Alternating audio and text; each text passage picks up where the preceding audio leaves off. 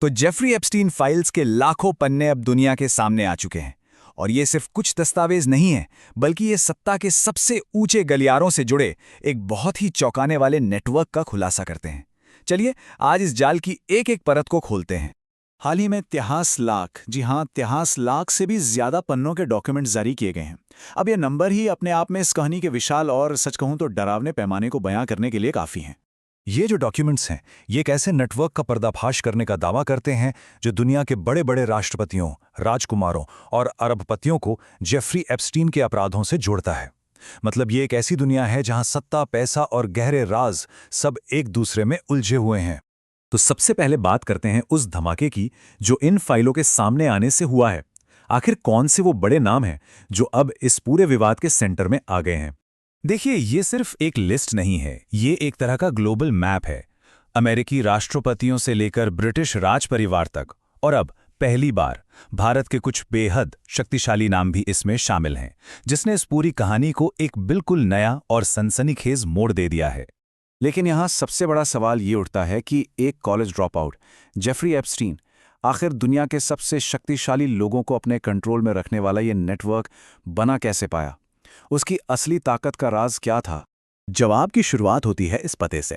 Epstein का ये आलीशान मैनहट्टन मैंशन, ये उसके ऑपरेशन का सेंटर था। ये सिर्फ एक घर नहीं था, बल्कि ये मेहमानों को अपनी हैसियत से इम्प्रेस करने और शायद डराने का भी एक मंच था।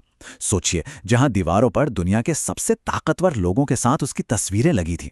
लेकिन इस आलीशान घर की दीवारों के पीछे का सच वो बेहद खौफनाक था। एक पीड़िता मारिया फार्मर की ये गवाही बताती है कि कैसे बेडरूम और बाथरूम तक में छिपे हुए कैमरे लगे थे। मतलब वहां प्राइवेसी जैसी कोई चीज ही नहीं थी, क्योंकि हर कोने पे नजर रखी जा रही थी। तो यही था एप्स्टीन का कथित तरीका। बहुत सिंपल। पहला, विलासिता और ऐशो आराम का लालच देकर शक्तिशाली लोगों को अपने जाल में फंसाना। दूसरा, छिपे हुए कैमरों से उनकी कमजोरियों को रिकॉर्ड करना। और फिर तीसरा और आखिरी, उसी जानकारी का इस्तेमाल ब्लैकमेल करके अपना प्रभाव बढ़ाने के लिए करना। तो ये था एप्स्टीन का तरीका।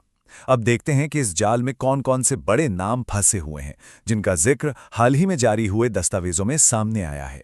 यहां जो बात सबसे दिलचस्प है वो है विरोधाभास। मतलब एलन मस्क जैसे लोग जो पहले दूसरों पर आरोप लगा रहे थे, अब खुद फाइलों में एप्स्टीन से पार्टी के बारे में पूछते पाए गए हैं। और इसी तरह गूगल के सर्गी ब्रिन के इनकार के बावजूद गवाहों के बयान कुछ और ही कहानी कहते हैं। प्रिंस एंड्रू का मामला इन आरोपों के गंभीर परिणामों का शायद सबसे बड़ा उदाहरण है। सोचिए, एक राजकुमार को न केवल करोड़ों का समझौता करना पड़ा, बल्कि अपने शाही खिताब और घर तक से हाथ धोना पड़ा। मतलब सत्ता और पद भी इन आरोपों से बचा नहीं सके। और अब इस कहानी का रुख भारत की ओर मोड़ते हैं, जहां हाल के खुलासों ने एप्स्टीन के नेटवर्क और भारत की कुछ प्रमुख हस्तियों के बीच के संबंधों को उजागर कर दिया है। ये फाइलों से मिला एक सीधा संदेश है। इसमें उद्योगपति अनिल अंबानी कथित तौर पर अमेरिकी सरकार को प्रभावित करने के लिए एप्स्टीन की मदद मांग रहे हैं। ये इस कहानी में एक बहुत ही चौंकाने वाला भारतीय कनेक्शन जोड़ता है।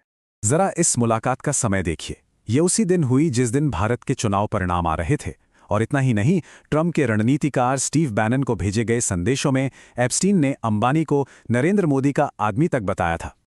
और फिर ये चौंकाने वाला मैसेज आता है, मोदी ऑन बोर्ड। ऐसा लगता है जैसे एप्स्टीन भारतीय हितों की तरफ से हाई लेवल पॉलिटिकल चर्चाओं में मध्यस्थता कर रहा था, जिससे कई बेहद गंभीर सवाल खड़े होते हैं। फाइलों में वर्तमान भारतीय मंत्री हरदीप सिंह पुरी और एप्स्टीन के बीच कई मुलाकातों और ईमेल का भी जिक्र है। हालांकि इस पर पुरी का आधिकारिक जवाब यह है कि ये सभी मुलाकातें उनके मंत्री बनने से काफी पहले की हैं, जब वो एक प्राइवेट सिटीजन थे।